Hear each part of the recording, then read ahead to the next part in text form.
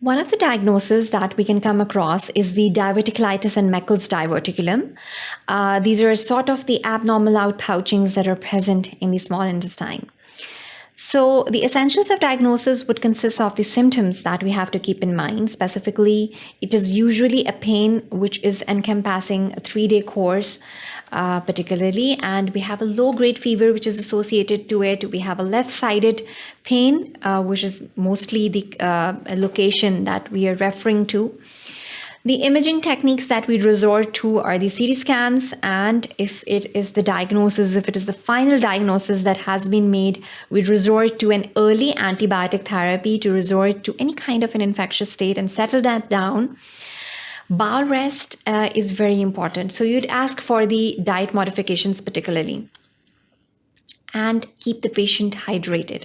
So these are the three major mainstays that you'd be looking for in this particular management that you carry out for patients of Meckel's diverticulum.